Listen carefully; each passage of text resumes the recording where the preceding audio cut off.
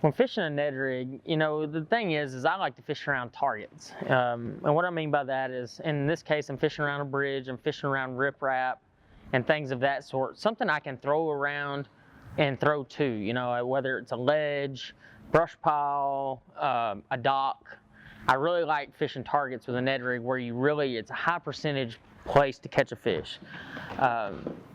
Because what this does is, in your mind, if you visualize, okay, there's going to be a fish on the back side of this bridge piling, I know there's going to be a fish there, but I can't get it to bite anything else. That's when a Ned rig to me comes into play, is when I can truly target whatever that is and catch that fish and convince that fish into eating my bait. And there's not a better bait on the market that can catch that fish other than a Ned rig. It's so small, it's extremely subtle.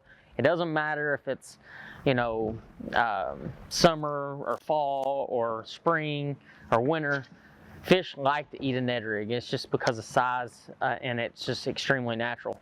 As far as how to fish a Ned rig, I keep it extremely basic. The way it was invented, there was a lot of different techniques as far as how you can fish it. I pretty much keep it simple. I fish it just like a Texas rig worm, cast it out there, let it go to the bottom, I shake it a little bit. The only other thing I'll do is I'll dead stick it.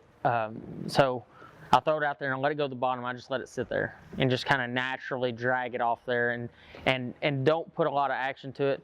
But more than anything, if you use those two techniques when you're fishing a Ned rig, you'll put a lot of fish in the boat and you'll have a lot of fun. I mean, this is a great way to get kids involved. Anybody can catch a fish on a Ned rig.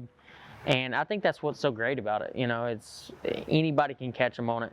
But I've really figured out how to make it successful for tournament fishing. I can't tell you how many checks I've gotten, whether it be on the FLW Tour or the Costa Series or the BFLs, that I've gotten because I caught an extra fish or even my limit in some cases on a Ned rig. So try it out. I think you're really going to like it if you do. And it's not just for small fish. I've caught big ones on it too. I fished on Grand Lake a few times where I caught 4-pounders on it, and I was catching 1.5-pounders on a crankbait, so it does, just because it's a little bait doesn't mean it won't catch big ones.